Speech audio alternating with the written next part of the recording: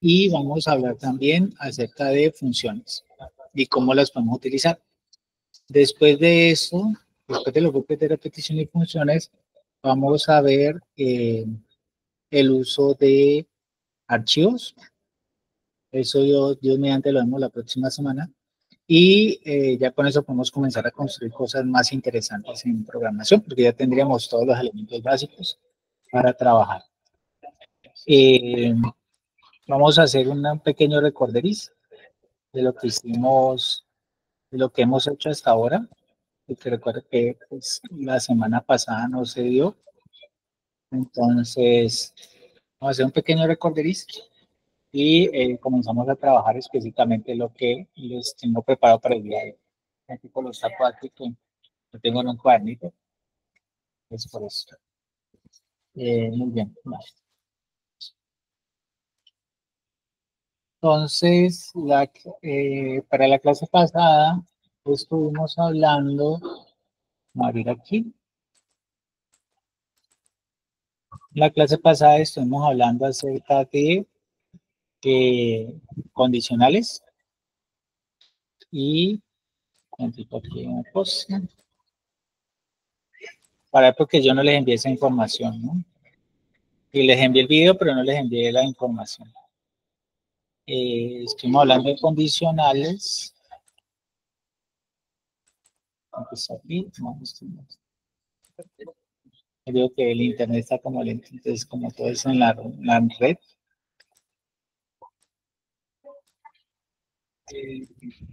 Bueno, la clase pasada hicimos condicionales y unas funciones especiales, input y print.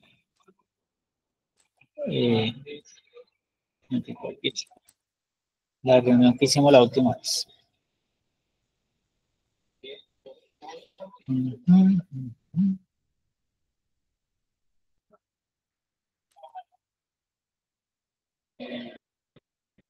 Vamos que aparezca. Ok. Entonces hicimos la función input, que es para ingresar información, la función print, que es para mostrar pues, también información. Específicamente el input nos sirve para tomar, es como una primera forma de interactuar con un usuario.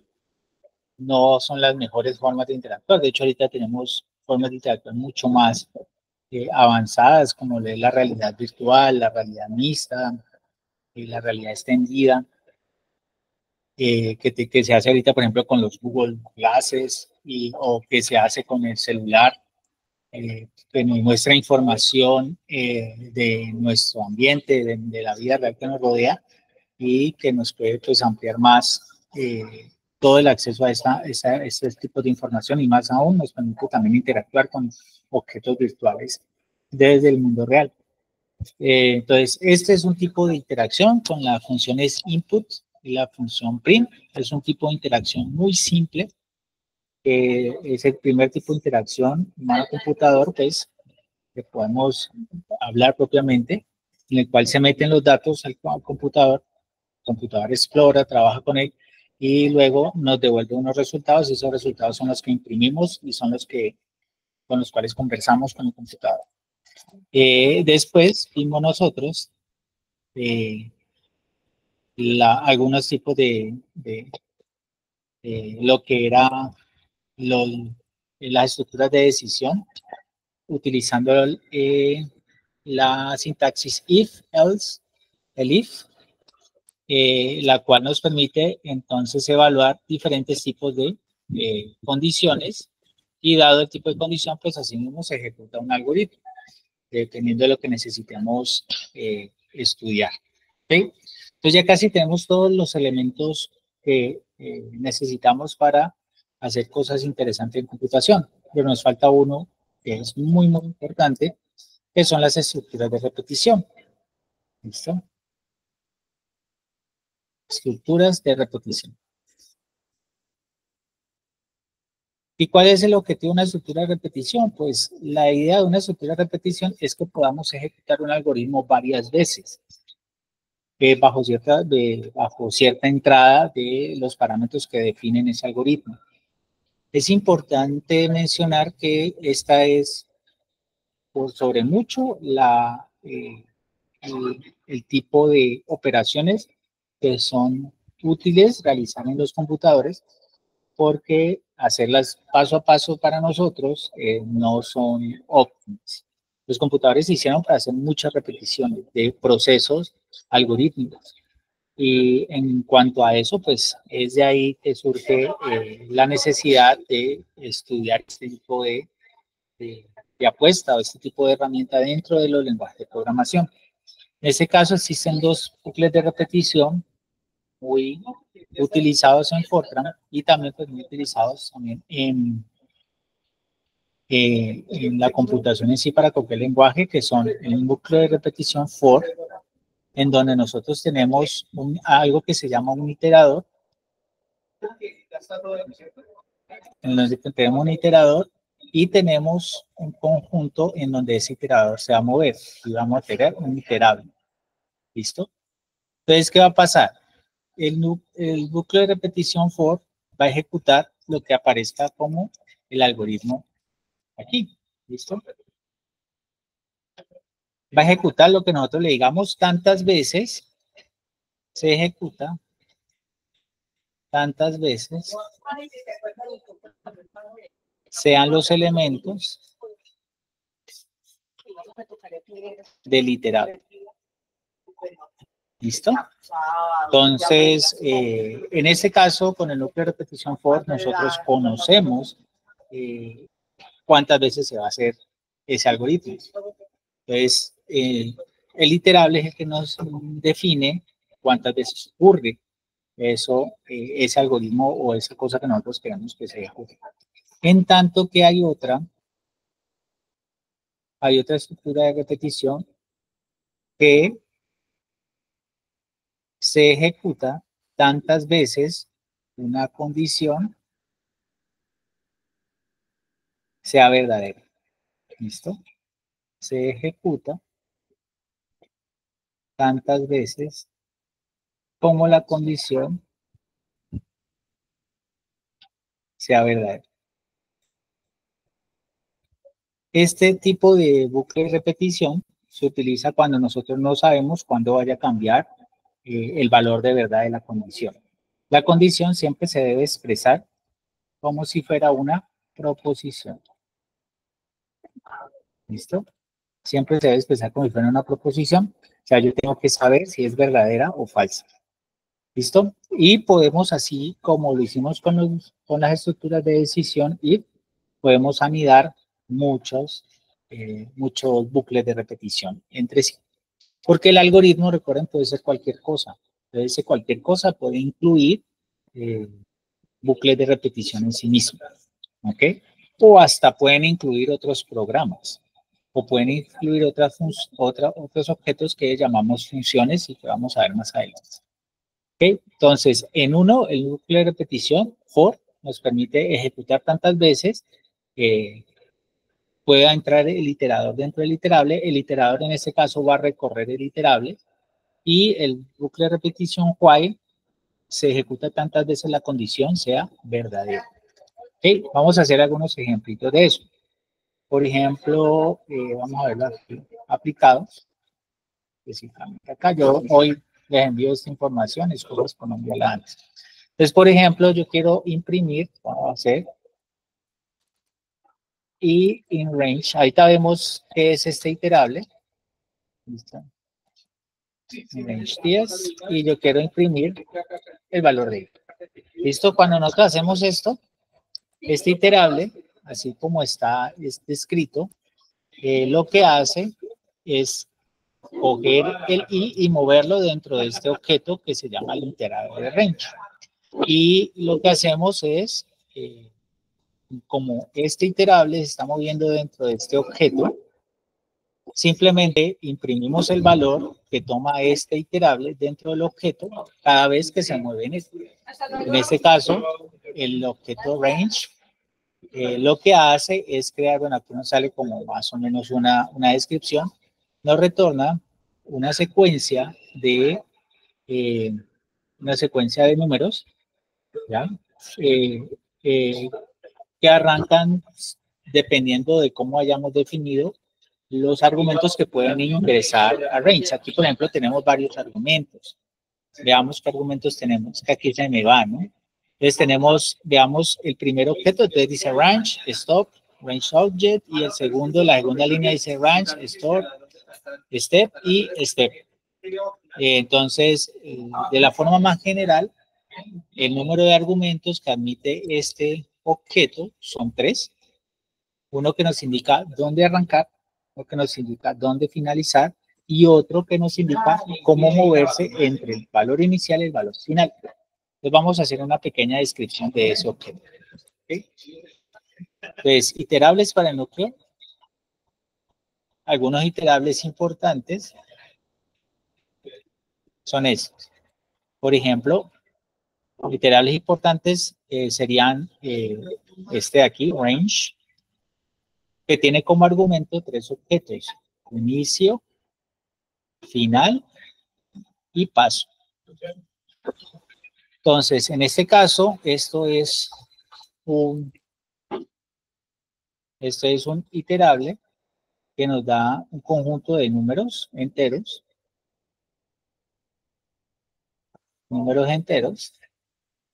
que arrancan en inicio y finalizan en final menos 1,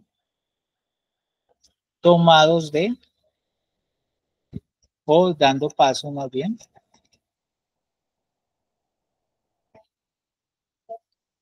de tamaño paso. ¿Qué quiere decir eso? Entonces, primero que todo es un conjunto de números enteros y normalmente son números donde inicio siempre es menor que final. Vamos a ver qué otra cosa nos dice aquí. A ver qué nos dice. Básicamente I, J, y bueno, números enteros, no nos dice que tiene que ser positivo. Vamos a colocar aquí desde menos 2. Ahorita veamos cómo funciona. Menos 2 hasta 10. Entonces veamos que aquí el valor de inicio puede ser un número negativo, pero siempre tiene que ser un número entero. Vamos a intentar a ver si podemos colocarlo de esta manera.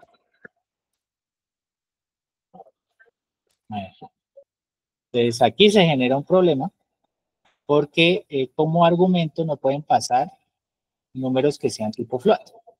¿Okay? Aquí tenemos cómo funciona el paso. Entonces, veamos. Si nosotros no definimos sino solamente un argumento, el iterable que se crea va desde 0 hasta el valor máximo de, que tenemos aquí, hasta el valor de este que está aquí, menos 1. ¿Listo? Recordemos que, bueno, ¿por qué razón ocurre eso en Python? Porque los iterables, la persona que creó Python, todos los objetos iterables les dio unas posiciones. Recordemos que la posición inicial de cualquier objeto iterable, por ejemplo, los strings en Python, pues arrancan con la posición 0. Entonces él decidió añadirlo desde ahí. Entonces cuando nosotros creamos un iterable con range, de hecho arranca siempre en la posición 0 por defecto, a menos que nosotros le digamos otra cosa, diciendo que la posición inicial desde la cual va a arrancar va a ser un número negativo. Que nosotros podemos colocar un número negativo, números positivos, siempre y cuando sean una cantidad entera. ¿Okay? Entonces aquí, por ejemplo, se mueve entre 0 y 10 menos 1, que sería 9. Y eso es lo que nosotros vemos aquí impreso. ¿Okay? Entonces, 0 y 10 menos 1. El iterable nosotros lo podemos intentar pensar como si fuera una lista de objetos. ¿Okay? Nosotros hasta ahora hemos trabajado con strings que tienen diferentes posiciones, pero en Python existen otro tipo de objetos que también son iterables. Este es uno muy importante y es una función. De hecho, ese objeto yo no lo puedo sacar para decirle, créeme esta lista, no se puede sacar para sí. O sea, por sí solo no tiene sentido, sino dentro de una estructura que permita hacer el recorrido de un iterable. ¿Listo? El iterable es aquel objeto que simplemente va a recorrer el objeto, del iterador es aquel objeto que va, aquella variable que va a recorrer al iterable. ¿Listo? Entonces, iniciamos aquí siempre y el valor final al cual va a llegar siempre va a ser el valor final menos 1. O sea, no va a llegar específicamente al valor final, sino al valor final menos 1. Y los puede dar en pasos, en salticos, pues como si fueran pasos en los cuales yo no voy a tomar todos los valores entre inicio y final, sino que voy a tomar algunos de ellos. Por ejemplo, cuando hacemos este iterable, digamos que arranque entre 2 y 10 tomados en pasos de A2, entonces lo que va a hacer es generar un iterable de la siguiente manera. Iterable que podemos representarlo si bien no es la representación correcta de esta forma. Tomados de A2, entonces van a ser todos los números entre 2 y el valor final menos 1, listo, que sería 9, tomados de 2 en 2. Entonces, por ejemplo, los números que van entre 2 y 10, entre 2 y 9 serían estos, 2, 3, 4, 5, 6, 7, 8, 9. Esos serían los valores. Sin embargo, como los tomamos de 2 en 2, entonces hace eso. Entonces, los valores que va a tomar ese iterable serían estos de aquí. ¿Listo? Y no más. Porque esos son los que van de 2 en 2, arrancando en 2 y finalizando en este número menos 1. ¿Okay? Entonces, este sería el valor de los iterables. Veamos a ver cómo funciona aquí. Entonces, si yo le doy arrancando en 2, finalizando en 10 y moviéndome de 2 en 2, entonces el objeto que se crea tiene solamente esos valores, 2, 4, 6 y 8. Pero aquí yo puedo coger cualquier objeto iterable. Por ejemplo, un iterable puede ser una palabra. Entonces vamos a escribir aquí Juanito. Entonces, en este caso, y se va a mover de uno en uno de todos los elementos iterables y simplemente va a hacer lo que dice. Entonces, por ejemplo, este, ¿bien? Escribió el i, o la estructura de repetición, lo que hizo fue repetir ese algoritmo que simplemente era imprimir el valor de i, ¿listo? Moviéndome por este iterable. Entonces, este iterable tiene estas posiciones. Tiene una posición 0, que es el primer elemento, el segundo elemento, tercer elemento, 4, 5, 6, 7, y entonces simplemente se movió en todo ese iterable. Entonces, podemos ver que los iterables nos permiten a nosotros restringir, en cierta manera, todo lo que es la ejecución de un algoritmo cualquiera. ¿Okay? Y ahí podemos hacer cualquier cosa, solamente que yo estoy en este caso sacando un numerito, pero podríamos pedir que me dé otra cosa. Por ejemplo, yo a cada letra la podría crear un nuevo objeto y ese objeto podría estar cambiando de valor y multiplicar tantas veces a la letra como veces hay en un número que va a ser un contador. Por ejemplo, aquí yo voy a crear un contador que arranque en 0 y aquí, ven, arranque en 1 y aquí simplemente lo voy a hacer como ese contador va a ser un número entero, entonces recordemos que la multiplicación de un número entero por un string está permitida y entonces lo que va a hacer es aumentar el valor del contador. Ahorita les explico más bien esta estructura. Y entonces lo que vemos aquí es una forma de escribir como que un arbolito, ¿no? Aquí, admitimos a otra punta. Quería admitirse, ¿sí? No le admitir. Para que por fin. Hola, Carmen, ¿cómo está? Entonces, vamos a explicar esta estructura que está aquí. Y esta estructura tiene varios objetos y varias cosas que ya hemos visto también. Veamos esto que está aquí. Me voy a copiarlo más bien acá. Voy a llevar esta información.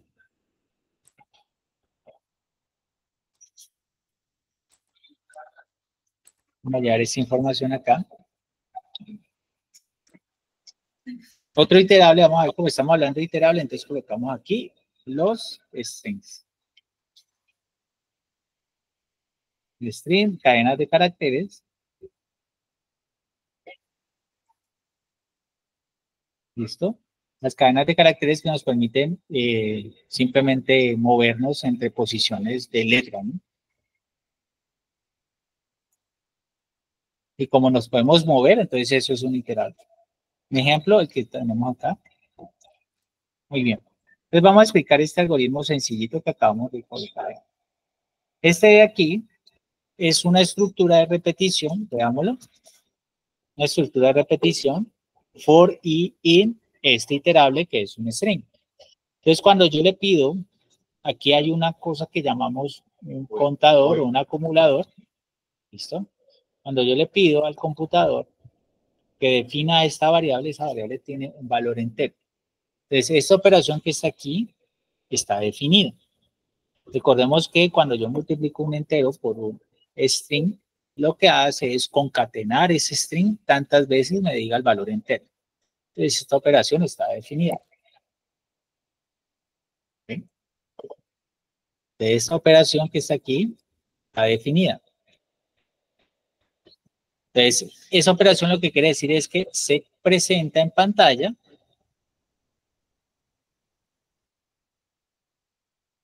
la concatenación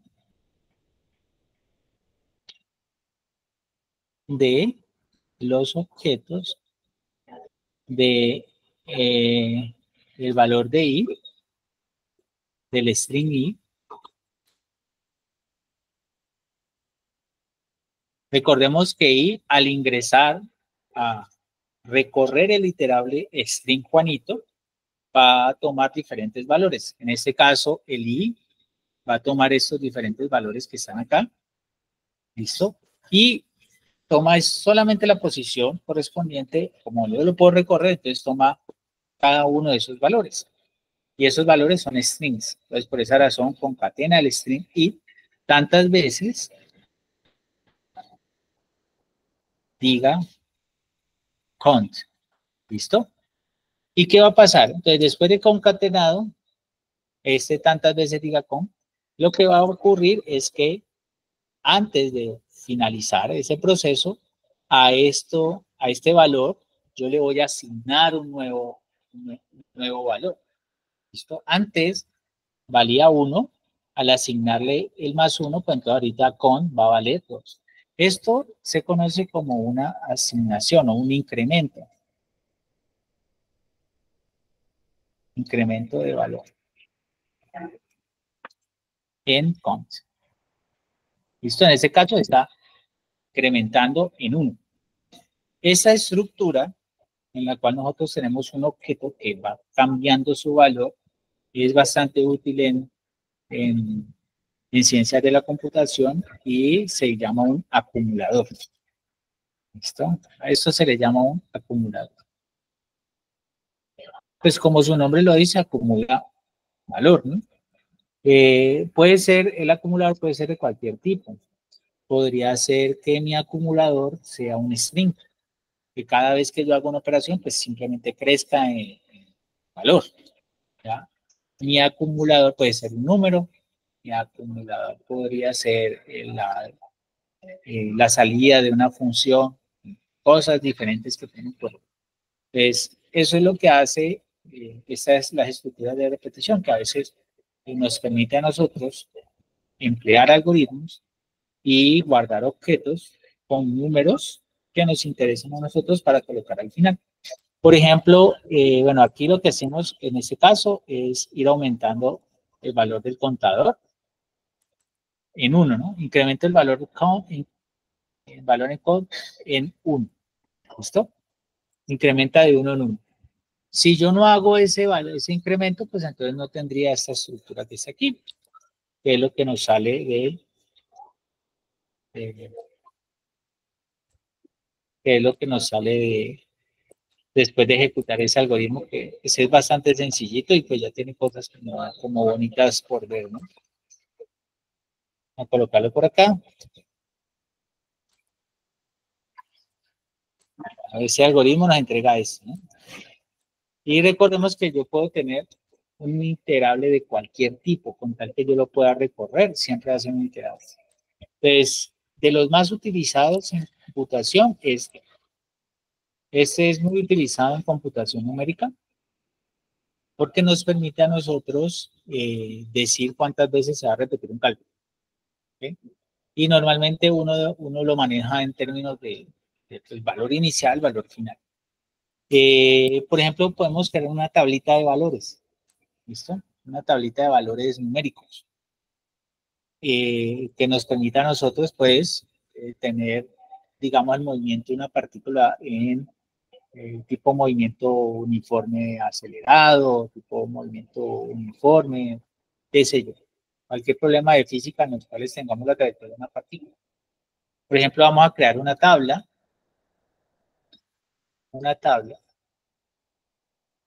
la de valores de una función.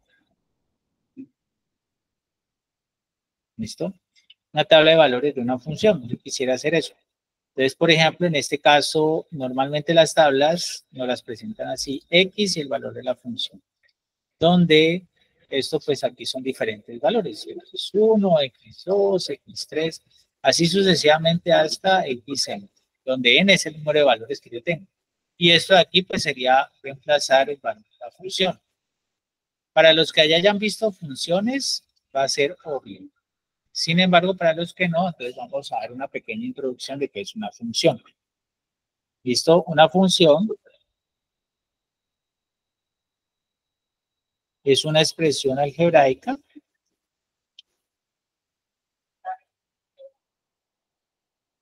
que adquiere un valor numérico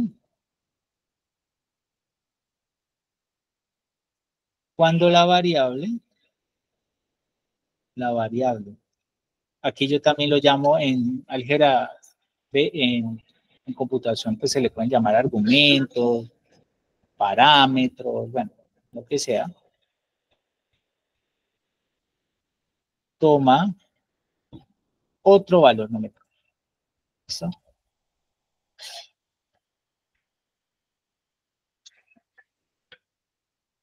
Para los que estén viendo álgebra o para un recorderista de lo que es, de lo que ocurre aquí, pasa de esta manera. Por ejemplo, yo tengo el valor de la función f de x igual a x más 3.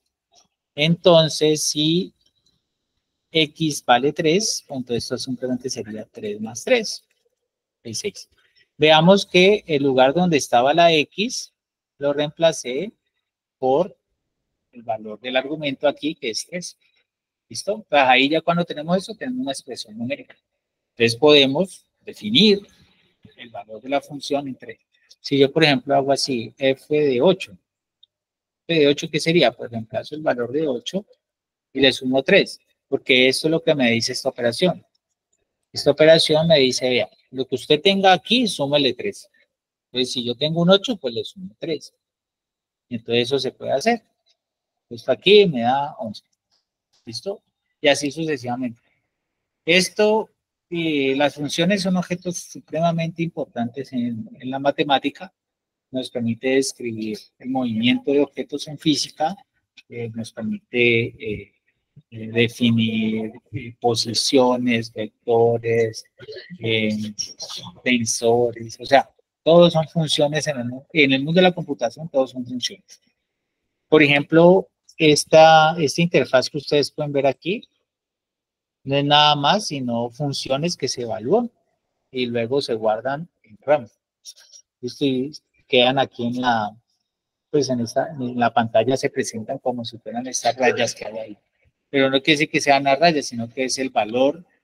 Lo que hace es que marca una posición en la pantalla dependiendo de si yo estoy utilizando este lapicito y lo presiono sobre esta tablita, que es una forma también de interactuar, ¿no? con el computador.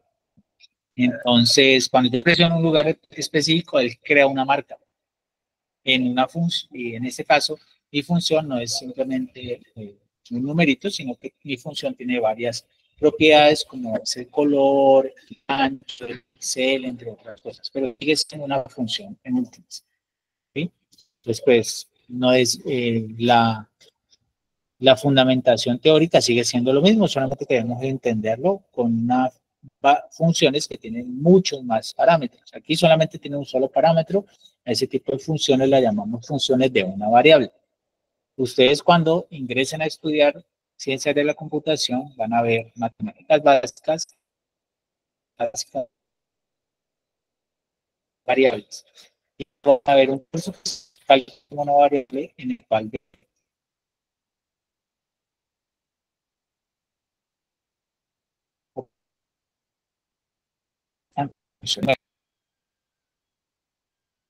que se llaman derivación e integración, que resuelven dos temáticas bastante interesantes que tienen muchas aplicaciones, como lo es la razón de cambio y el área bajo la curva. ¿Listo? Y hay muchísimos problemas en la física asociados con esos dos conceptos. Entonces, por ejemplo, aquí tenemos eso. Entonces, queremos crear una función, ¿listo? Queremos crear una función, una f, queremos crear una tabla, ¿listo? Entonces, para poder crear una tabla debemos dar diferentes valores de x. Aquí, por ejemplo, los había colocado de manera horizontal. Aquí los coloco de manera vertical. ¿Por qué? Porque es más fácil. Cada vez que nosotros le damos a imprimir, pues entonces va a imprimir una línea. Entonces, eso es darle un formato a la tabla. Pero igual yo podría hacerlo también horizontal. El problema es que es más difícil de hacer el formato y eso. Pero igual se puede intentar. O sea, no sé que no. Entonces, aquí lo que hacemos es dar diferentes valores. Por ejemplo, 1, 2, 3, 4. ¿Listo? Y entonces yo quiero crear esta tablita, pero ¿qué? Con Python. Entonces, esto, ¿qué me quedaría cuando x vale 1? Pues si es esa función que está ahí, me quedaría pues que 1 más 3 es 4, y que 2 más 3 es 5, eso sería 6 y eso sería 7. Entonces me debería salir eso. Cuando nosotros tenemos los valores de x y de f de x, en álgebra nos enseña algo que se llama el plano cartesiano, en donde cada punto del plano cartesiano se representa como un par de números. El primero de ellos coordenada en x, el segundo de ellos coordenada en y. ¿Listo? Entonces, eso, aquí le estoy dando como un repasito a los que ya lo saben y los que no, pues están viendo una cosita muy interesante y es representar objetos matemáticos con dibujitos. Entonces, la relación en este caso de las funciones, entonces aquí lo podemos hacer así. De 3 en 3, esto arrancando en 4, esto en 5, esto en 6, esto en 7, así, ¿no? Puedo hacerlo ahí porque yo puedo cambiar la escala como quiera. Entonces, cuando uno lo representa, los objetos en el plano cartesiano lo representa como puntos. Y cada función tiene un dibujo asociado a los puntos que la definen. ¿Listo? Es así. Eso es el objeto que estamos intentando pintar. Y uno pinta información, la poca información que tiene, ¿no? Esto todavía cuadra una línea recta, pero pues no por la forma en la cual estoy representando. Pero en general debería cuadrar una línea recta. Entonces, esta es una de las aplicaciones más útiles en ciencias de la computación, crear tablitas, crear información que esté bien organizadita. Entonces, vamos a crear esta función. Entonces, ¿qué quiere decir eso? Entonces, voy a utilizar esta misma estructura, pero entonces ahora voy a intentar crear un programa que haga eso. Entonces, veamos que al valor necesito moverme entre valores. Un valor inicial y un valor final. En este caso, el valor inicial es 1 y el valor final es 4. Y me muevo de 1 en 1, ¿cierto? Entonces, voy a crear un range para hacer eso. Ahí me fui por allá abajo, no más, así. Entonces, vamos a crear un algoritmo que haga eso. ¿Okay? Entonces, muy bien, valor inicial. Vamos a colocarlo así, valor inicial. Es 1, valor final es 7 y el paso es de a 1. De 1 en 1, de 1 a... no, el valor final no es 7, miento. El valor final es 4. El valor final 4. ¿Listo? Y me voy pasando de 1 en 1. 1, 2, 3, 4, 4 valores. Y necesito imprimir esto. No necesariamente con este formato, listo, que me aparezca la línea en la mitad y la otra línea. Necesito que variados los números x y f de x. Me aparezca el 1 con el 4, el 2 con el 3 con el 6, así sucesivamente. Entonces, entonces aquí yo puedo crear un for. Listo, for y in range. Con un valor final siempre está valor final que yo coloque aquí en el range, me queda un iterable que va hasta el valor final menos 1. Esto debería ir hasta el valor de 5, ¿no? 4 más 1. Y aquí moviéndome de 1 en 1. ¿Ok? Muy bien. Y entonces ahorita, bueno, yo me puedo mover de 1 en 1 o puedo simplemente no colocarlo. Porque por defecto range me admite el rango de los valores en los cuales yo quiero pintar lo que quiero hacer o el número de veces que yo quiero repetir eso entre cuando paso dos parámetros. En este caso estoy pasando tres parámetros, entonces me estoy moviendo entre 1 y 5 de 1 en 1. ¿Okay? ¿Y qué debo hacer? Pues debo hacer lo siguiente, debo imprimir dos valores. Debo imprimir el valor de i, o bueno, podemos colocar aquí x para que nos quede mejor. El valor de x.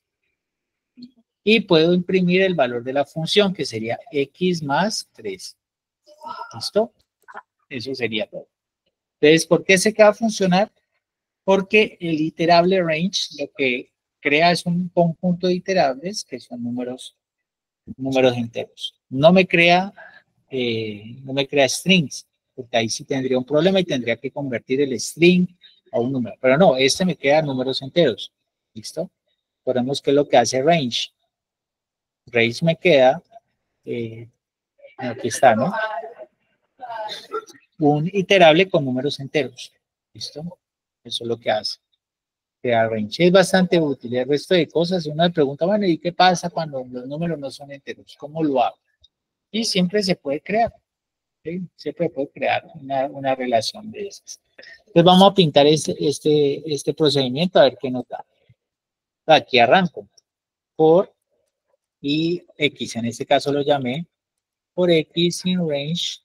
¿Desde dónde? Pues arranca desde 1 y termina en 4. Pero recuerden que aquí no puedo colocarla hasta 4 y no, tengo que colocarla hasta un elemento más, hasta 5.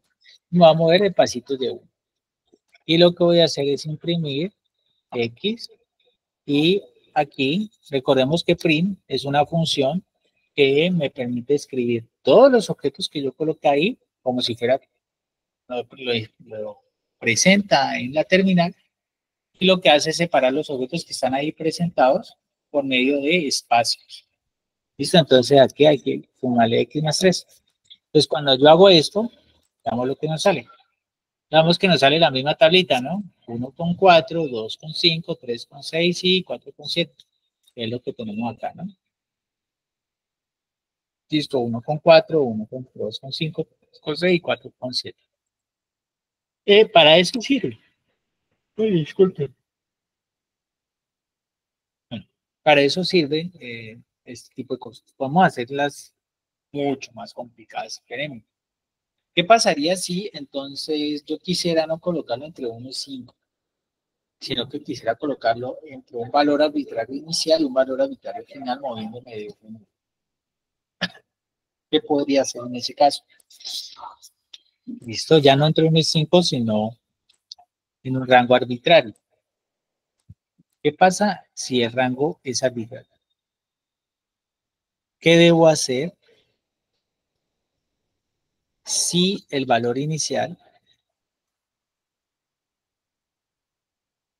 es arbitrario, al igual que el valor final? ¿Listo? ¿Qué pasa si yo tengo ese problema? Yo tengo un valor inicial, porque listo, lo único que tengo que hacer aquí pues es modificar eso, siempre y cuando los elementos que yo meta aquí sean enteros, ¿no? Entonces vamos a colocar valor inicial y valor final, y se mueven de uno en uno. ¿Listo? Entonces el valor inicial aquí vamos a colocarlo como 1 y el valor final aquí lo vamos a colocar como 4.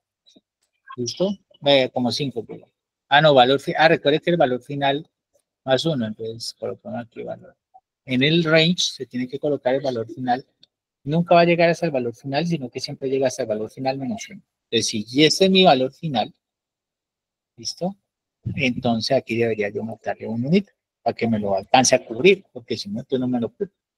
Entonces, si yo pinto esto, de nuevo me vuelvo a botar esos valores, pero ahorita, vean qué pasa.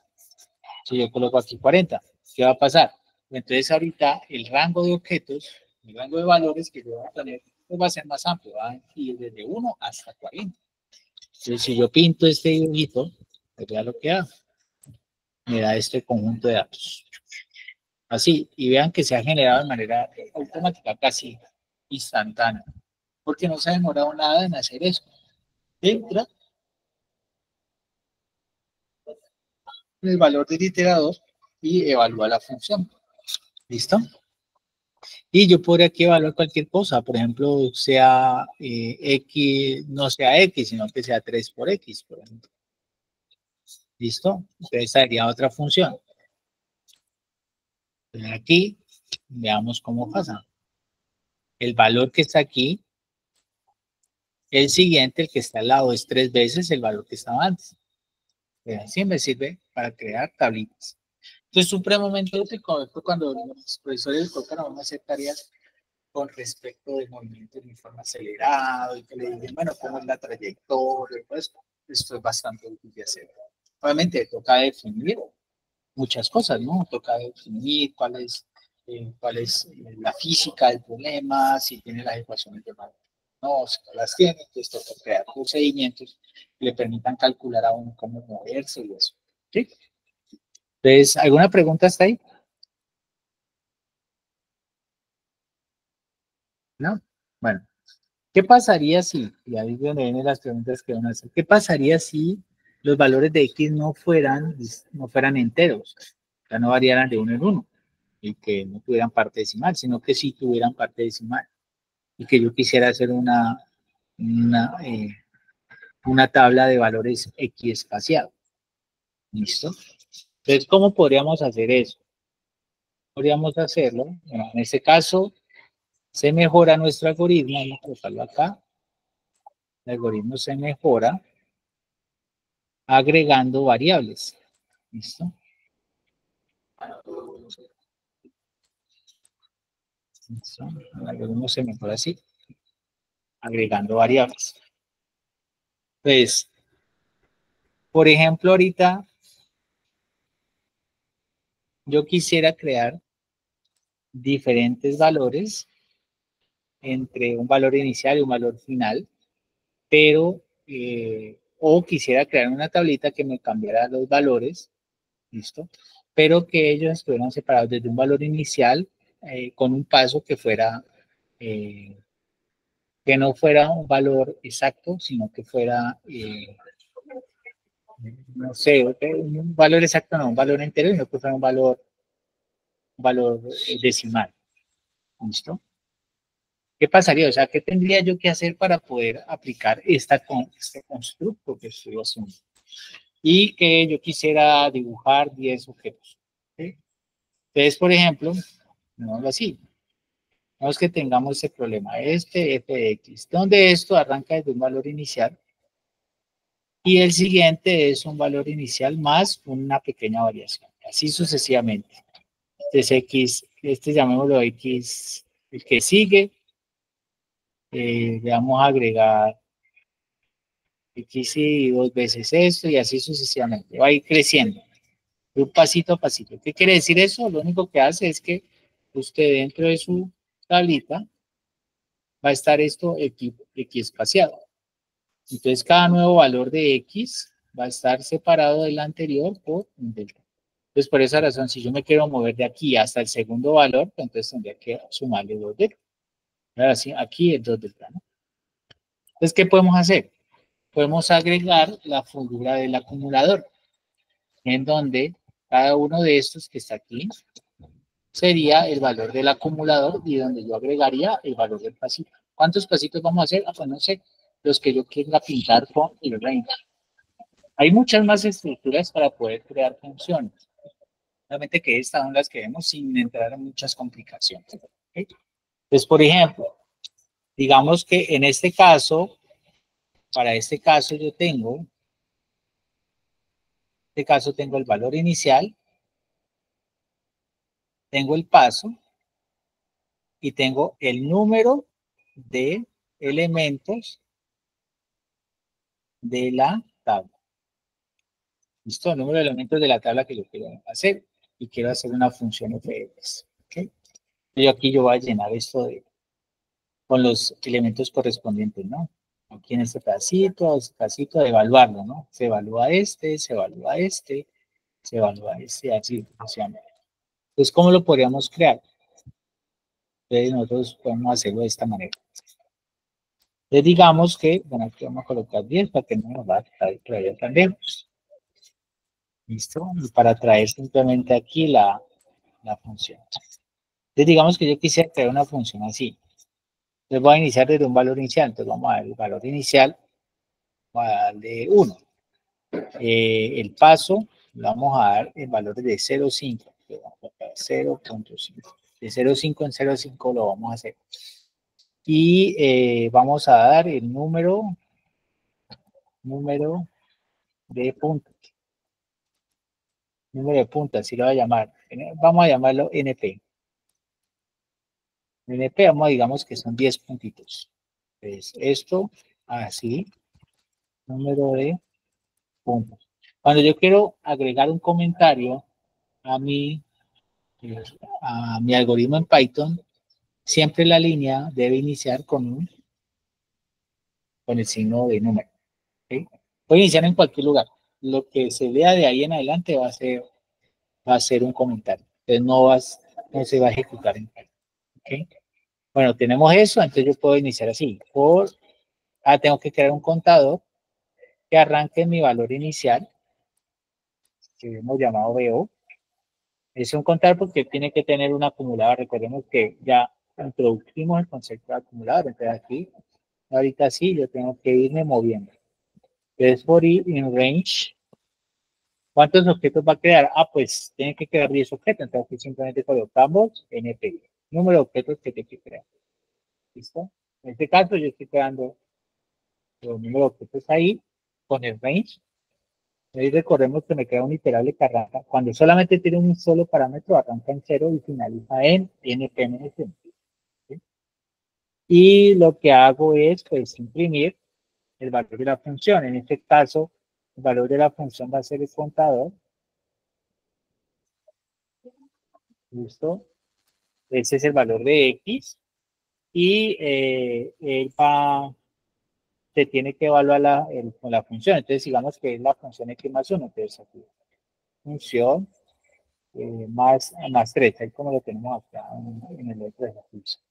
¿Y qué va a pasar? Pues entonces para la siguiente iteración, el contador tiene que cambiar. ¿En cuánto? Pues tiene que cambiar en el patch, porque yo voy a mover de pachitos pequeñitos. ¿Listo? Entonces en este caso, al contador le añado el paso. ¿Listo? Si yo hago así, pues vamos que me aparece. Vamos que me aparece aquí me aparece el valor de X, este de aquí, y al lado el valor de la función. Y vamos que ya pude evaluar funciones con valores que no son valores enteros, sino que puede ser un valor numérico distinto, un valor numérico tipo float. Aquí lo que vemos es ese cambio, ¿no? En este caso, el valor de la función se evalúa los valores de X cambiando de 0,5 en 0,5. ¿Listo? Aquí lo que vemos es esto. Aquí, de hecho, para poder agregar un poquito más de formato, podemos decir que el valor inicial también es un valor entero. Entonces ahí aparece. Y este sería simplemente mi tablita. 10 valores variando desde 1 hasta los 10 valores que finalicen, cambiándome en pasitos de 0,5 en 0,5. ¿Listo? Ese es un ejercicio. Aquí, por ejemplo, podemos cambiar no entre 0,5 y 0,5, sino que fuera, por ejemplo, entre 0,7 y 0,8. Y así sucesivamente. Y esto arrancar por aquí en 1.3. Algo así, que me genere 10 puntos. Entonces veamos cómo funciona. Ahí están los valores evaluados. Veamos que esto de aquí es un número que está representado con muchos decimales, pero pues eso depende del compilador que estamos utilizando. y nos agrega un errorcito en la representación de la operación que se está intentando ejecutar. ¿Sí? Pues eso es una cosa que no podemos obviar y que tampoco podemos quitar de las operaciones numéricas con cálculo. Entonces, aquí más o menos nos quedaría así. Igual de todas formas, esto es una tablita que tiene 10 valores que están más o menos separados de 0,7 en 0,7. ¿Sí? Pues esto con ese compilado. Digamos que esto no fuera así, sino que fueran de 0,2 en 0,2. Vamos a ver qué pasa. Ahí están, ¿no? Los valores que más o menos deben aparecer. ¿Alguna pregunta está ahí?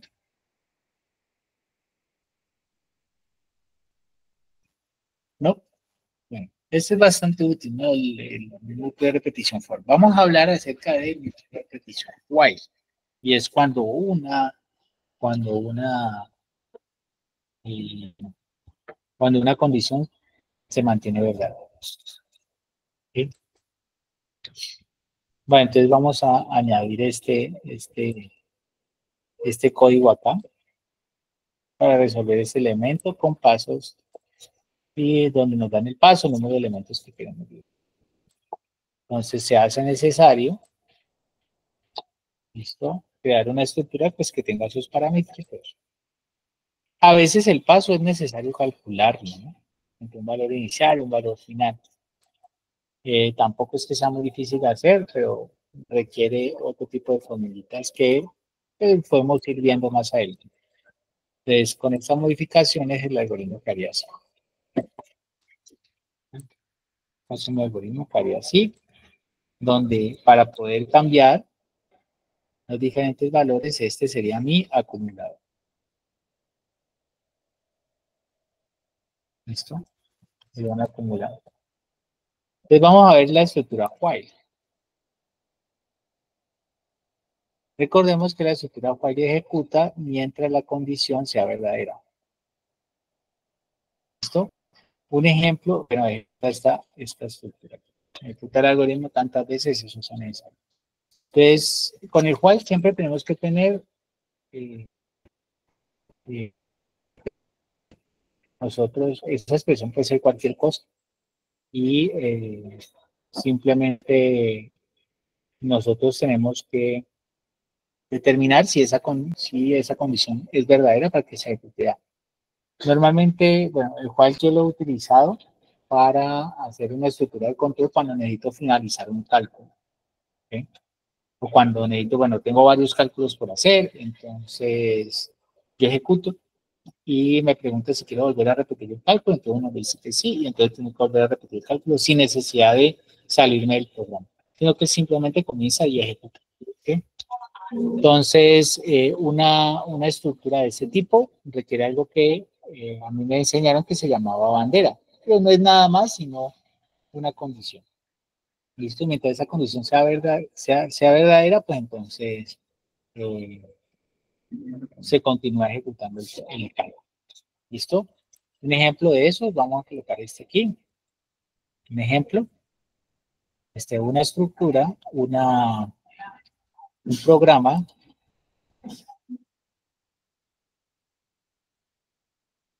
que entrega la frase hola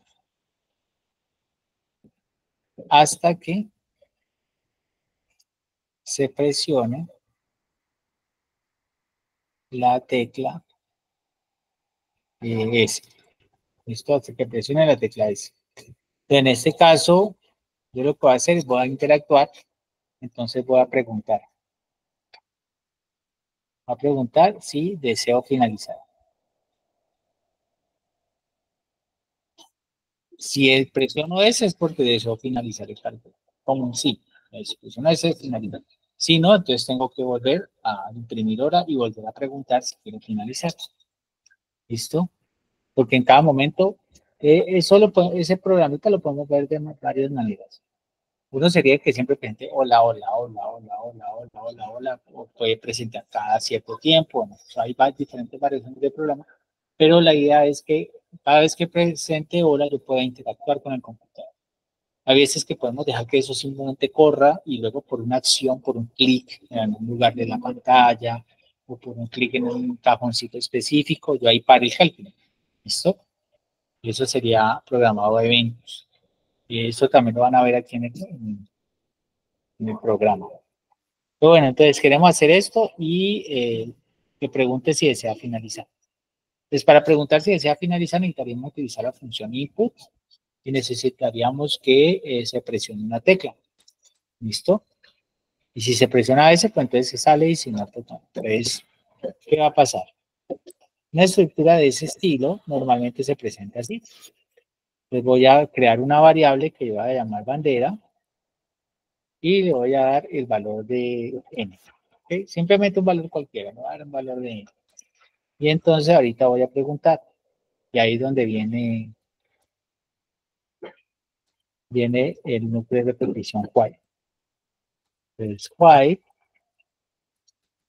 Y entonces hago la pregunta. Si bandera es diferente de ese, ¿qué tiene que hacer?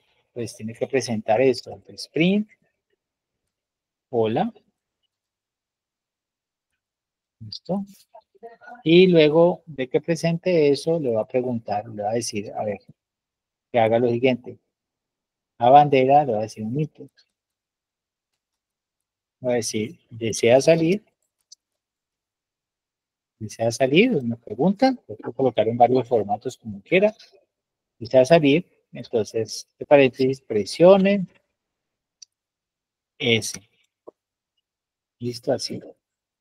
Presione la letra S. Aquí presione S. Y voy a preguntar si lo hace. ¿Listo? A ver qué pasa. Cuando yo ejecuté eso, entonces me dice, ¿quiere salir? Y yo digo, pues, no quiero salir todavía. Entonces presiono una cosa que sea diferente. Entonces presiono J. Es el, como, la bandera, ahorita, ¿qué valor tomó aquí la bandera? Pues la bandera tomó, después de que yo presioné J, pues, el valor de J. Entonces, no, pues, ¿qué debe hacer? Pues todavía tiene que, pues, que imprimir hola. Entonces, pues, le imprimió hola. Aquí yo puedo colocar lo que quiera. Puedo colocar Juanito. Y entonces bandera toma el valor de Juanito. Entonces, ¿quiere salir? Ah, que no. Entonces, luego la P. No, todavía no quiero salir. Y así sucesivamente él se queda preguntándome, ¿hasta qué? Hasta que yo presione ese. Cuando yo presione ese, se termina el programa y se saca. ¿Listo? Normalmente cuando uno finaliza un programa de este tipo, uno le coloca un mensaje de salida. Programa finalizado. ¿Esto para qué? Pues para darse cuenta de que su programa finalizó. Aquí lo estoy volviendo a ejecutar, digamos, J y P, y aquí quiero finalizar. Entonces, al presionar ese, el programa finaliza y simplemente ya, ¿me sale? Esta es una estructura muy buena para controlar cada vez que yo quiero interactuar con el usuario a través del, ¿qué se llama? A través de la terminal. Es una estructura muy, muy usada. Ya normalmente creas una bandera y mientras el condicional no se dé, o sea, mientras la condición sea falsa, entonces pues se sale. Mientras la condición sea verdadera, se sigue ejecutando. Aquí, por ejemplo, yo arranco con un valor de bandera que hace que esta cosa pues sea verdadera, obviamente. ¿Por qué? Porque aquí le estoy preguntando si es diferente de ese. Entonces, como es diferente de ese, eso es verdadero. Y entonces simplemente se ejecuta. Eh, pues, esta es una estructura, creo que lo digo, muy, muy usada y pues es bastante útil. Mucho hay que tenerla dentro del arsenal de trabajo de un mecánico cuando están intentando utilizar estructuras de control de esas en las cuales es la interacción se espera la interacción del usuario específicamente con el teclado. ¿Sí? ¿Alguna pregunta hasta ahí? ¿Cómo hacer más cosas, no? Por ejemplo, yo aquí puedo eh, hacer una estructura que me muestre los valores de un conjunto de datos, un conjunto de valores numéricos, y que finalice cuando el valor numérico supere un umbral. ¿Listo? Por ejemplo, aquí voy a arrancar un número cualquiera. Ah, pues está definido. Pues voy a arrancar un i, vamos a arrancar en 0. Y mientras que, aquí le voy a preguntar, while significa eso, mientras que i sea menor, no, me quedaría, mientras que i sea menor que 10, imprima el valor de i. ¿Listo? Y aquí voy a coger i y le voy a aumentar en 1. ¿Listo? Entonces, si yo hago esto, es lo que me aparece. Entonces, i arranca en 0, ¿cierto? Y entonces hacemos esta pregunta, ¿es sí menor que 0? ¿Es sí menor que 10? Ah, que sí, porque i vale 0. Entonces, como vale 0, imprimimos el valor de i y ahí le aumentamos en 1. Lo acumulamos ese valor. Entonces luego vamos y volvemos a preguntar. Bueno, ya finalizaste este algoritmo. Ah, que sí, finalizó. Entonces, pregunta la condición. ¿Es i menor que 10? Pero en este caso i vale 1. Entonces, ¿1 es menor que 10? Sí, claro. Es menor que 10. Entonces vuelve y se ejecuta. Entonces imprime el valor de i que tiene en ese momento. En este caso el valor de i vale 1. Entonces imprime 1. ¿Qué pasa en esta otra línea? Como i valía 1, le estoy aumentando un 1. Eso me da 2. Ahorita i vale 2. Y volví a hacer la pregunta porque ya finalizó. Entonces volví a hacer la pregunta. ¿Es 2 menor que 10? Ah, sí, es verdadero. Entonces vuelve y ejecuta. Entonces imprime el valor de 2 y así sucesivamente. ¿Hasta dónde? Hasta que llega a 9. Cuando llega a 9 aquí, ¿qué pasa? Entonces llega aquí y pregunta. Hace esto. Y vale 9. Le sumamos un 1. Se convierte en 10. Y entonces llega aquí y pregunta. ¿Es 10 menor que 10? Eso es falso. Como 10 no es menor que 10, sino que 10 es igual a 10, pero ahora un chup, se sale y se apaga el programa. ¿Listo? Esta es una forma de hacer eso. Podríamos irlo aumentando de 2 en 2. Digamos que esto se reduce a la mitad, ¿no? ¿Por qué? Porque inicialmente estaba en 0, luego lo aumenté un 2, y entonces se convirtió en 2, luego lo aumenté otro 2, se convirtió en 4, así sucesivamente hasta llegar a 8. Cuando llega a 8, imprime el 8 y aquí dice, bueno, 8 más 2, ¿cuánto es 10? Pero bueno, hagamos de nuevo la pregunta. ¿Es 10 menor que 10? Falso, entonces se ejecuta y se sale. ¿Listo? ¿Buena pregunta hasta ahí? Y así, podemos utilizar muchas estructuras de control. Como les digo, existen fors anidados. Usted puede ejecutar un for dentro de otro for y puede definir condiciones sobre los diferentes iterables. ¿Listo? Una estructura matemática muy utilizada en la física son las matrices para un conjunto de operaciones que se llama, que se envuelven en una asignatura que se llama álgebra lineal. Que es, las matrices presentan dos índices. ¿Listo? Las matrices presentan dos índices en los cuales uno se mueve, un índice define algo que se llama filas y otro índice define algo que se llama columnas. Y esos son valores numéricos. ¿Listo? Ustedes han visto las celdas de Excel, ellos funcionan igual. Lo que pasa es que las celdas de Excel están en las filas y están definidas con números y las columnas están definidas con letras.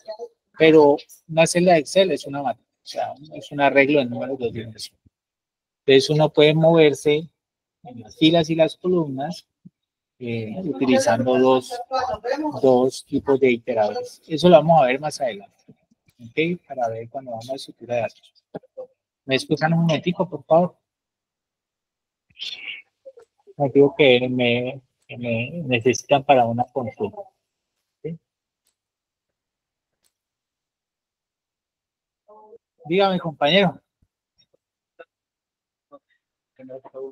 Preguntas que para un trabajo de una entrevista hacia una empresa sobre competencia informática, la empresa no solicitó una comprobante que le está haciendo, pues, estudiante de la Universidad del Valle.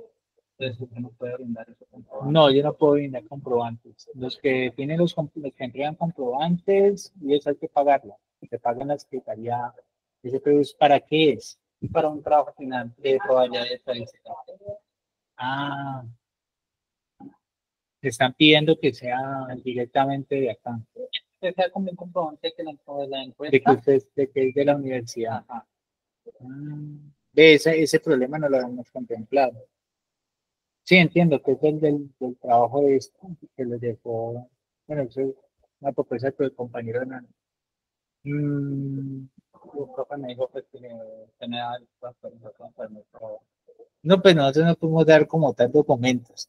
Lo que sí puedo decir es eso, ¿verdad? Puede comunicarse con la empresa y le puede dar el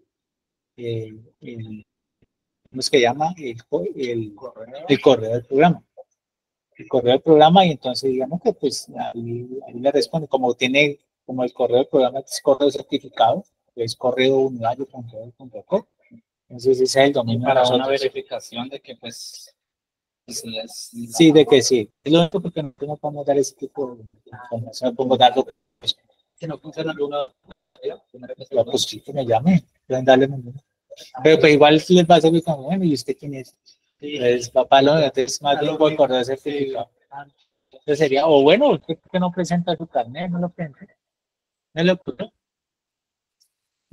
No me ocurrió, ¿no? Las soluciones más fáciles están ahí cerca, o el tabulado también. O el tabulado. No es que yo soy estudiante de la universidad, vengo aquí, presento tabulados, o es.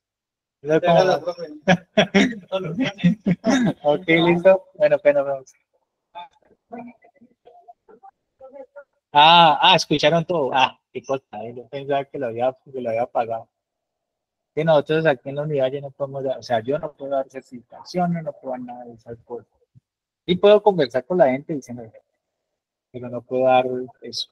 Ustedes, no, pero ustedes van a ser certificados por parte de la universidad, se les va a brindar como algo que están participando acá, ¿no? Pero, bueno, vamos a esperar a que eso sea oficial. Antes de continuar, me gustaría que por favor fueran llenando la asistencia. Yo las comparto por aquí.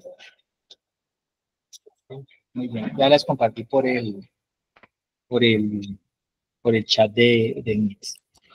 Ok, bueno, entonces ya vimos cómo funciona el núcleo de repetición while. Vamos a colocar aquí las dos soluciones que colocamos. ¿Listo? Colocar esto aquí.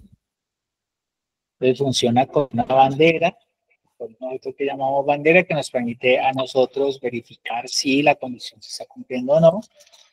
Y lo que hacemos, pues, es guardarlo dentro de la parte del código. ¿Sí? Vamos a colocarlo por acá. Esta es una ejecución del programa. Está aquí, por ejemplo, la ejecución del programa. Y esta otra, una condición que simplemente va cambiando y hasta que se finaliza. Y nos sale, pues, se sale de la condición y simplemente pues deja de ejecutarse. Es muy importante cuando uno tenga esta estructura de control, definir bien la condición, porque a veces uno no la define bien y entonces simplemente eso se queda haciendo para toda la vida. Por ejemplo, aquí, vamos a colocar aquí. Digamos que yo no hubiera colocado esa estructura de control así, que sea diferente, que sea, ¿cómo les dice? Bueno, que yo no hubiera hecho la pregunta sobre bands. Digamos que esa cosa la quito de aquí. O sea, aquí lo que voy a hacer es agregar eso, ahí me queda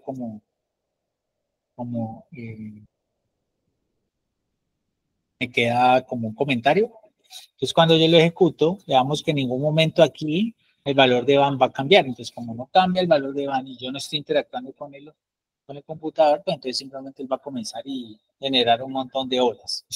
¿Ok? Entonces, cuando yo haga play a esto, entonces, bueno, aquí se quedó parado porque simplemente no va. Mira, genera un montón de olas y olas y olas y esto no termina y ahí se están generando. ¿Listo? Entonces, ¿qué pasa? Como eso no está finalizando, también me toca, y vean que aquí se queda trabajando, ¿no? Entonces sigue pidiendo hola, y hola, y hola, y hola, y hola, y hola, y hola, sigue así. Entonces toca parar el cálculo, entonces uno ya bloquea el cálculo. Toca salirse del programa. ¿Cómo se sale uno del programa? Aquí presionamos. Le digo que voy a imprimir aquí. Me dice reinicie, quiere reiniciar el entorno de inclusión, sí, esto. Y uno para el calcular, ya paró. ¿Listo? ¿Por qué? Porque podemos ver que esto ya se volvió, dejó de hacer las vueltas. Cuando uno le pasa eso en pues en el compilador usual, lo que ocurre es que, bueno, aquí porque no hemos iniciado, no he reiniciado el cálculo, vamos a reiniciar. Ah, bueno, ya se guardó. Está ahí. Sobrescribe la última actualización y la que sí. Aquí, ¿qué pasa? Cuando uno no, cuando uno, pues le aparece ese cálculo y que no finaliza, a veces uno ni siquiera se da cuenta, si no coloca indicadores de cómo va el programa. Aquí, por ejemplo, simplemente me dice hola y hola, le sale el hola. Pero a veces cuando uno está trabajando en métodos numéricos, uno cree que su algoritmo está bien hecho y simplemente lo deja evolucionar. Y él comienza a hacer cálculos, y hace cálculos, y uno espere tiempo y nada que te finaliza ese programa. Y nada que finalice, nada que finalice. Y uno dice, bueno, ¿y por qué no finaliza? Y resulta que cuando vas a ver, a veces algunas estructuras de control quedaron mal definidas. Entonces el computador se queda haciendo un bucle. Y ese bucle es infinito, o sea, no termina nunca. Y uno nunca salen los resultados porque simplemente dicen, bueno, pues no hay más que hacer, sino repetir esto, porque no hay una estructura de control que corte el cálculo.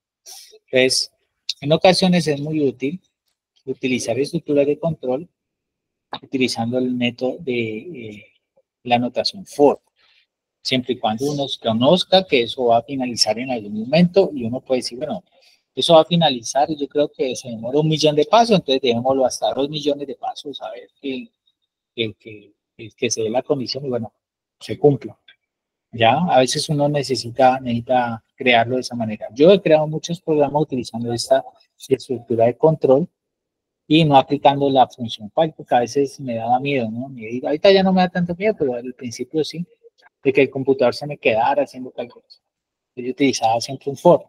Un for me asegura que eso va a finalizar en algún momento. ¿Listo? Aquí, por ejemplo, se escribe un jurgo. Aquí es porque se escribe un resto de... ¿Cuántos? No sé. Ahí escribe un resto. Podríamos haber agarrado un acumulador, ¿no? Y preguntar cuántas veces imprime eso hasta que finalice. Pero ahí se fueron varios cientos o varios miles de escrituras olas. ¿Sí? Y bueno, aquí, porque estamos controlando el cálculo con el cual vamos a pasar a... Solamente 2 personas han respondido, Damián y Valentina. Los otros no han respondido ¿cómo se llama? La lista de asistencia. Por favor, llénenla para poder tener el listado de las personas que están participando. ¿Ok? Bueno. Vamos a continuar entonces. Ahorita vamos a ver una estructura que es de las más poderosas en computación que se llama funciones. En Python solamente tenemos funciones. ¿Listo? Las funciones se definen para también objetos y ahí ya no se llaman funciones, sino que se llaman métodos. Pero Python admite solo funciones. Nosotros, hay otro lenguaje de programación que admiten otras estructuras un poquito más complejas que se llaman procedimientos, que no son nada más sino la ejecución de funciones dentro de objetos más grandes, o sea que se demoran más. A veces las funciones modifican valores y normalmente los procedimientos, las funciones siempre entregan un número. A veces existía la diferencia entre función y procedimiento en unos lenguajes de programación, porque el procedimiento no entregaba valores, sino que modificaba los objetos en la mitad. Pero en Python uno siempre tiene funciones y esas funciones actúan sobre variables locales y variables globales. Ahorita vemos un poquito la diferencia de eso. Pero bueno, para hacer el cuento corto, en Python tenemos son funciones. Y las funciones son como lo que definimos antes para hacer la tablita. Entonces uno le entrega un valor de un argumento, él la trabaja, la modifica y entrega un valor de salida. ¿Ok? Entonces vamos a hablar acerca de funciones. ¿Ok? Las funciones se construyen de esta manera. La palabra reservada def, aquí nombre de la función, abrimos paréntesis, aquí colocamos los parámetros o variables, lo que uno quiera, como la quiera llamar. Aquí definimos la función por medio de un algoritmo y retornamos a unos valores. Valores a retornar. Y uno puede retornar muchos valores. No necesita retornar uno solo, puede retornar varios valores. ¿Listo? Y los parámetros pueden ser varias cosas. Es como una generalización del tipo de funciones que nosotros estamos utilizando. Y los parámetros pueden ser de muchísimos tipos. Vamos a crear una función muy sencilla. ¿Listo? Una función que reciba, un ejemplo, una función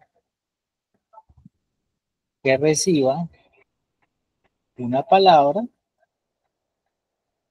y un número. Y entregue la palabra concatenada tantas veces diga el número. ¿Listo? Tantas veces diga el número.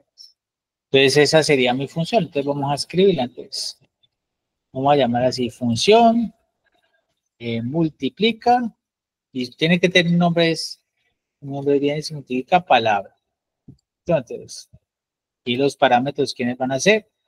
Van a ser la palabra y el número. Número. ¿Listo? Así. Y entonces, ¿qué voy a retornar? Voy a coger la palabra y lo voy a multiplicar por el número.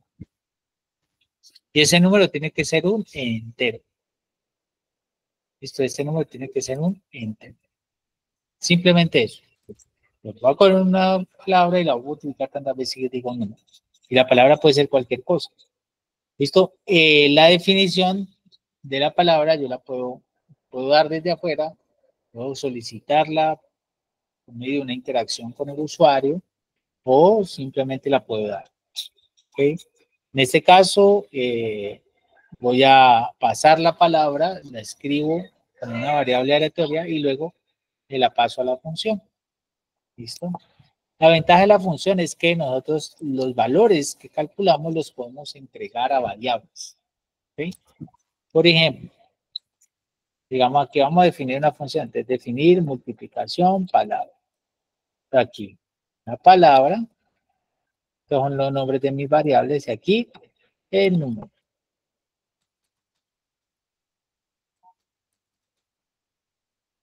El número. ¿Listo? Así.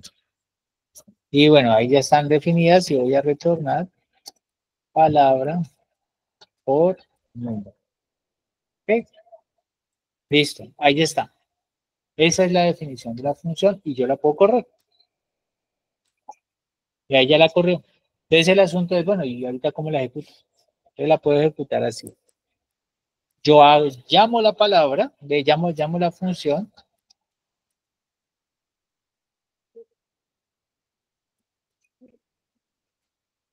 Listo, vea que ahí ya me aparece como objeto. Y entonces le doy dos valores. Entonces me dice que tiene dos parámetros. Tiene el parámetro de la palabra, entonces aquí va a escribir Juanito. Y el número va a colocar 4. ¿Listo? Y entonces pregunto, ¿qué es eso? Y entonces él calcula. ¡Pum! Eso sería la multiplicación por palabra. O Juanito, Juanito, Juanito, Juanito, 4 veces. Yo, por ejemplo, aquí coloco 40. Entonces, ¡pum! Aparece Juanito, Juanito, 40 veces. ¿Sí? Bastante sencillo, ¿no? Esa sería una función. Simple. Podría crear otra función, una función llamada, por ejemplo, f de x igual a x más 3. ¿Listo? Otro ejemplo, la definición. La función f de x, así simplemente. ¿Listo? Y retorna, ¿qué valor va a retornar? Pues el valor que me entregue, le sumo 3. F de x más 3, y simplemente es así. Entonces, por ejemplo, cuando yo hago f de 2, pues me debería entregar 5, porque 2 más 3 es 5. Entonces, cuando hago eso, chao, me entrega 5. No lo hay. Y es un número. Pero veamos que aquí, como los parámetros no pueden ser cualquier cosa, sino que tienen que ser.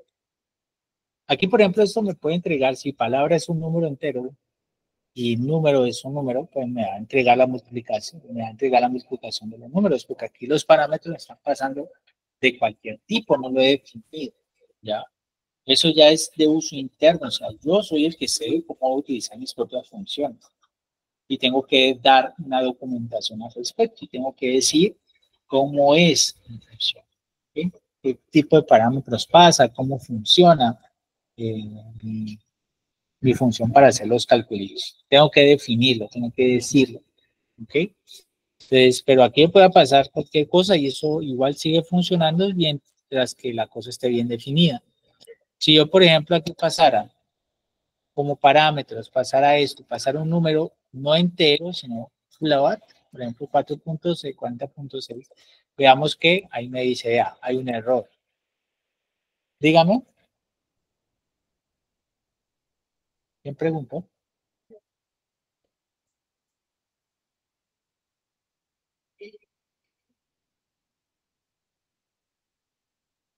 Sí, claro, hay forma, la pregunta que hace Luis, sí hay forma de restringirlo. Uno hace preguntas, o sea, uno dice, bueno, es eso, pregunta sobre el tipo de objeto, ¿listo? Por ejemplo, aquí, la palabra palabra tiene que ser un string, entonces yo puedo preguntar por el tipo de objeto string. Y lo hago por medio de la cosa type, ¿no? Preguntemos eso, miremos a ver. Vamos a hacer una pruebita aquí sencilla. ¿Listo? Por ejemplo, digamos que yo, digamos que yo quisiera pasar una palabra y necesitara verificar qué tipo de objeto es. Aquí voy a colocar Juanito, mi palabra. Les voy a preguntar, type. ¿Type de quién? Palabra. Entonces uno dice, bueno, Juanito, ¿de qué tipo es? Me dice, es un string. Entonces, si yo hago esto, ¿es esto igual a un string? Pregunto, vamos a ver. Me dice que es true. ¿Por qué? Porque es un string. Pero si aquí, por ejemplo, tal vez, compañera, paso un número, entonces me dice que es false. Entonces hay una forma de preguntar si el objeto está pasando es del tipo que yo necesito que pase. Y si no lo es, entonces yo digo, vea, allí hay un error. Mientras que esto no sea un string, siempre vuelve y pregunte la palabra o diga, vea, que hay un error. Pues si hay un error, que simplemente no hace el cálculo. Pero no termina el programa, sino que simplemente ahí le aparece. Aquí, por ejemplo, está apareciendo un error, ¿no? Porque este objeto debe ser un entero, no un float. ¿Ya? Entonces, como estoy pasando un float, entonces me aparece un error. Entonces, yo puedo colocar esa restricción y puedo preguntar sobre qué tipo de objeto está pasando. ¿Listo? Y si me pasa un objeto que no es, entonces yo vea, inmediatamente hago la restricción al programa. Pero esas son cositas que se deben ir agregando. ¿Sí? Pero yo puedo hacer esa pregunta siempre. Y recordemos cómo lo podemos curar. Pues lo podemos curar utilizando el núcleo de repetición while. ¿Listo? O por ejemplo, podemos hacer simplemente esto así. If, type, palabra, es diferente. O sea, cuando ocurre el error, es diferente de un string. Entonces yo aquí le voy a colocar return. Eh, palabra no es string. ¿Listo? En caso contrario, la otra pregunta, bueno, pasó. Tengo que preguntar por quién. Por el número, ¿cierto? Type, el número. ¿Qué tipo de objeto tiene que ser? Ah, pues tiene que ser un integer. Si aquí yo puedo preguntar, ¿no? Entonces sería un elif.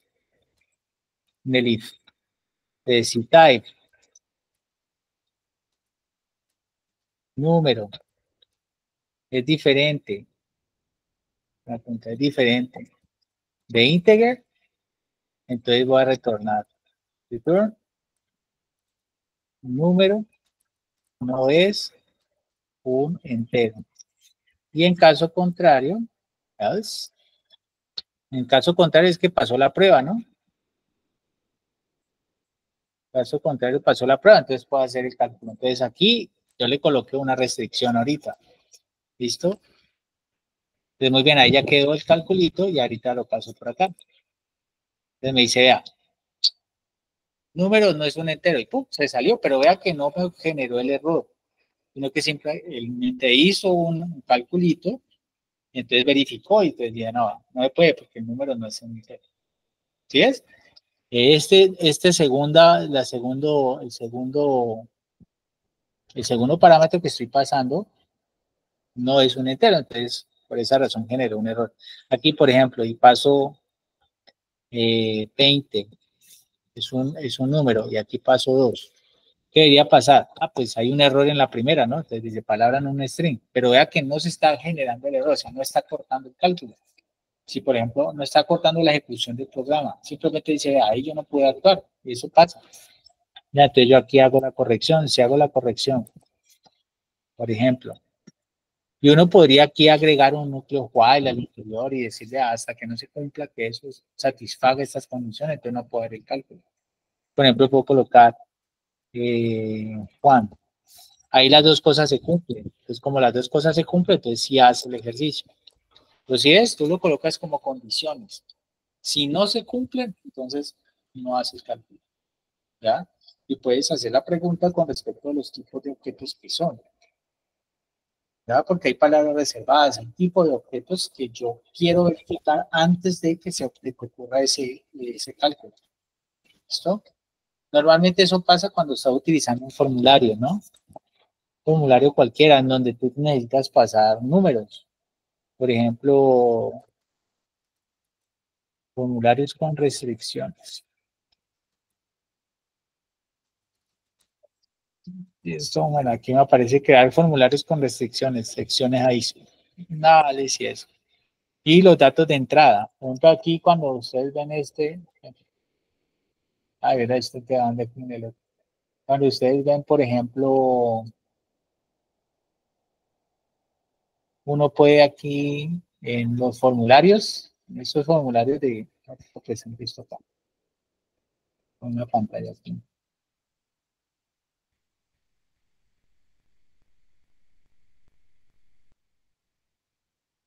Bueno, no sé cómo se ve.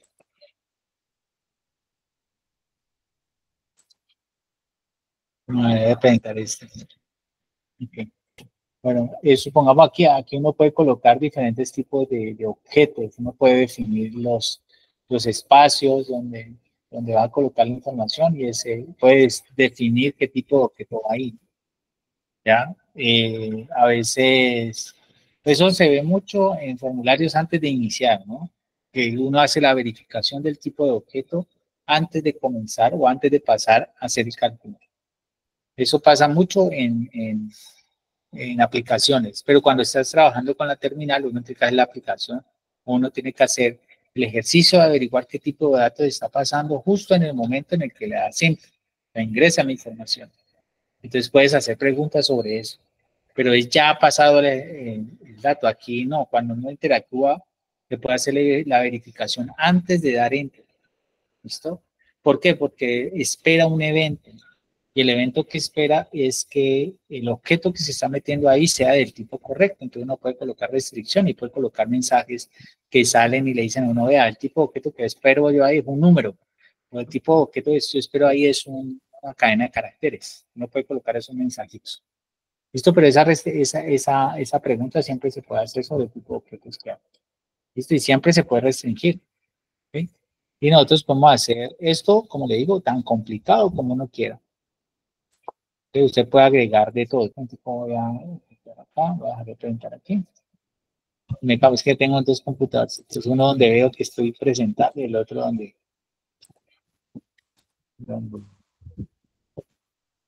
me digo, ay, no le he dado en compartir. Listo. Pero sí, esas verificaciones las puede hacer uno antes de. ¿Okay? Aquí, por ejemplo, le coloqué esas dos verificaciones. Hay una cosa que se llama restricciones y funciona similar. O sea, si no se cumple, entonces ejecute esta línea de código o haga este otro paso o devuélvase a tal lugar. ¿Listo? No lo puede colocar así. Pero lo de las restricciones, eso es simplemente una evaluación que uno realiza. Ya es un if. Ahí no permite, que eso permite que el programa no se salga. Porque cuando tú siempre generas un error en ejecución, el programa se para. ¡Shut! Te saca. No importa lo que hayas estado haciendo antes, esa información se pierde. Entonces, para que no se pierda, uno hace el control. ¿Listo? Entonces, usted hace el control de los datos que están ingresando para que no se te vaya a apagar el cálculo, porque puedes que hayas hecho un cálculo un resto de largo y un momento se haya generado un error. ¡Pum! Inmediatamente te saca el cálculo y dice, ay, güey, madre, perdí todo el tiempo que me llevó ese cálculo. Entonces uno coloca la restricción para que no se vaya a perder información y pues obviamente si se genera ese errorcito, bueno, pues si se genera esa restricción, si se ejecuta esa restricción, pues entonces uno coloca una línea de código que te salva la información que estás trabajando. ¿Listo? Eso puede ocurrir y se puede hacer. Entonces es un buen ejercicio. ¿Listo? Bueno, por hoy vamos a finalizar ahí. Para la próxima clase vamos a ver más ejemplitos. Luego finalizaré ahí porque ahorita tengo una clasecita. Y entonces les agradezco mucho por su participación.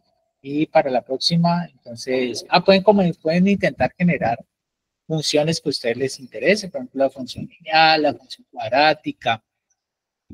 Pueden comenzar a generar, no sé, funciones que le permitan calcular, por ejemplo, el número de meses que ha vivido una persona dado los años, así, cositas de ese estilo, que les permita a ustedes explorar el mundo pues, del desarrollo de funciones.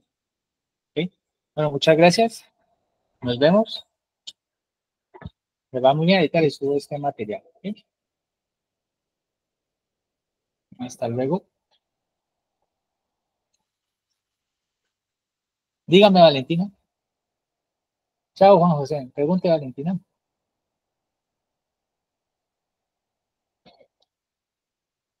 Con gusto, Luis. ¿Hay un grupo de club? Sí, hay un grupo de WhatsApp. ¿Cuál es tu número? Yo te agrego. Chao, Luis. Está bien. El número ya agrego. Aquí ya voy a dejar de grabar. ¿Sí? Digo, ya te. Gracias, profe. Chao. Chao, nos vemos.